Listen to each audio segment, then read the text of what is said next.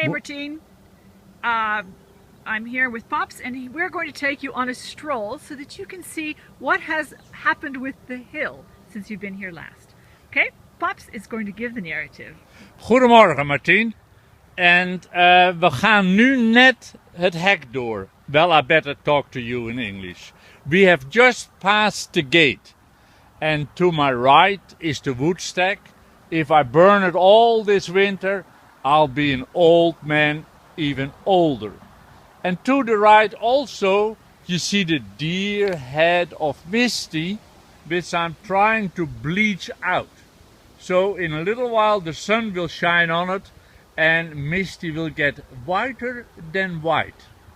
The brush pile, which is now brush pile number 4, will be lit when dry. We have had some rain. So now we're stepping on what you required or asked about and said, Papa, are you letting it grow into timber? Well, as you can see, we are not letting it grow in timber, except with a few particular plants, like the little tree on the front, here in the right, which is a redbud. So on we go. You already have seen that we have cleaned up and cleared up and pruned up around the big cedar. And there's the bench, which I've sat on, and I often sit on it about 8 o'clock at night, when the sun is setting behind the hill to the right, and the planes fly over. And I always imagine myself to be in the plane and just travel. But the trouble is, it travels west most of the time as I'm looking. Although some planes come from the west and go east. Now here in front is what we call the gas plant, which is actually a gift. It doesn't belong, but it's very pretty. And really, when you look at the seed pod and you play with it with a match, it goes and it will let out a little bit of gas. Clean gas, by the way.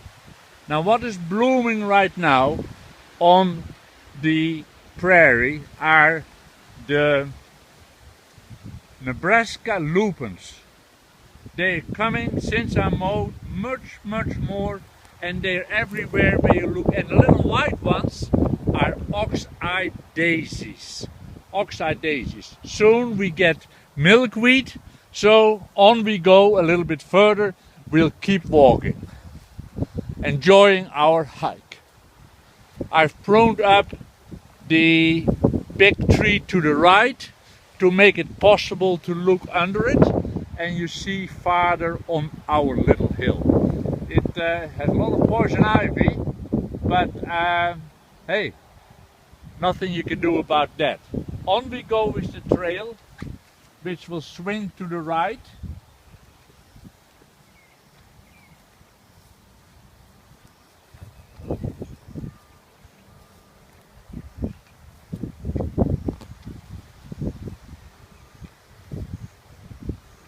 Here to the left we have to make a choice. You go to the left and of course you know you go to the stable. You see the little trail down there. And then of course it also sweeps to the right. But we go uphill first.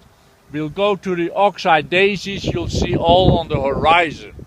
Now we can't get lost here.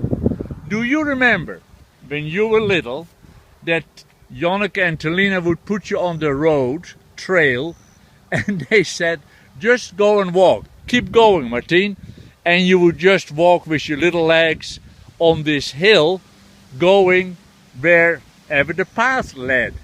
And it's quite funny. I have a few slides of that, which are hilarious.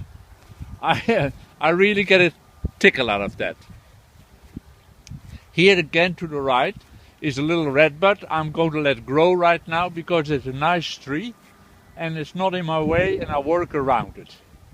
You can see that by having pruned up the tree behind it, also it's orange, that you can see much clearer across the hill and you have much more vista. I like that. Of course all the time we're circling and we're climbing to the top. I'm not out of breath, even though I have a steep climb here. That's the other bench. coming up, the sun shines on it. And here's my field of oxeye daisies, all to the right. Look at that. Just beautiful. They're all turning to the sun because morning light, of course, attracts, and they will be very, very interesting to look at. Here's the bench. We could take a break for 5 minutes, but we don't.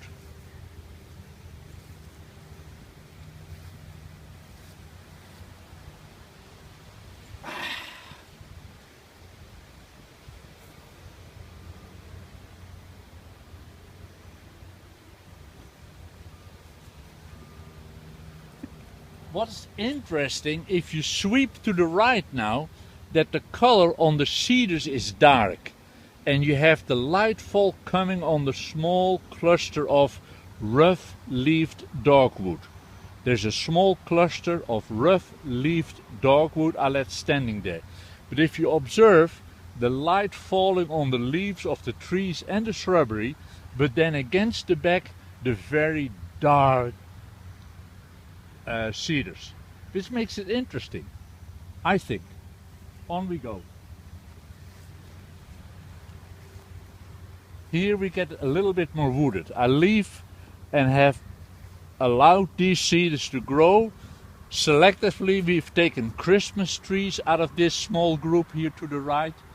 This year I think I'm going to leave them, because what makes landscaping so interesting is the open and the closed. And this gets more closed now, and also the deer walk in here.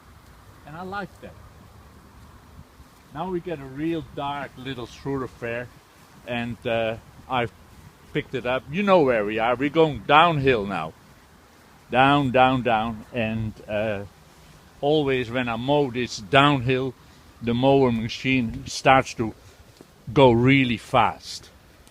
Opening up again. Now we get to our left, the area which I've cleared and cleaned up over the last few days. You really go into it now and you can see, oh my gosh, we still have cedars way in the back down there.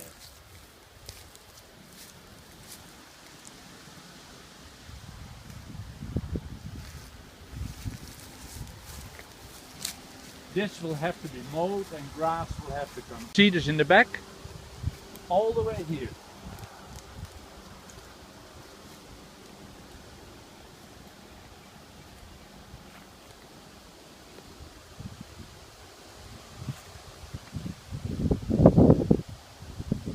All clear.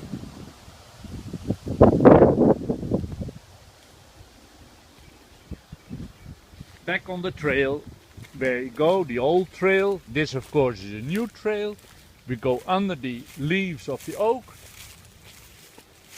And now, some time ago, I made a very nice trail here.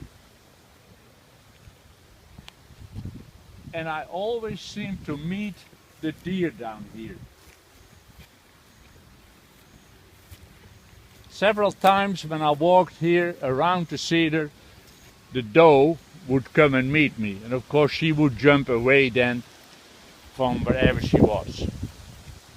This pretty that goes over the hill in front, and again you see the Nebraska lupins, but now you see them against the sunshine, and you see there to the right the rough-leaved dogwood. This goes back to the trail near the little sheds. Back we go. And that would make it the full swing underneath an older redbud, growing up down here quite nicely.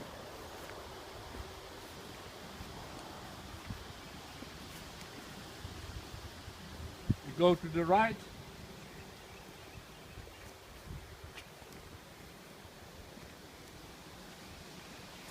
Here we go, and you can recognize this. Another place where deer like to stand. I think turkeys have a nest. Very dark. Spooky. And here's the brush pile again from the other side.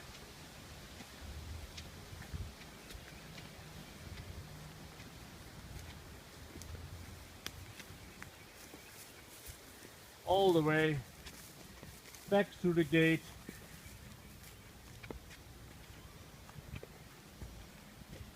Back to the gate and you see it out. We got to clean up on the left. We have enough firewood. So we'll make it during the winter. I'll keep adding to it. And I like to have it another 2 feet high. So I really know that I have enough wood for winter.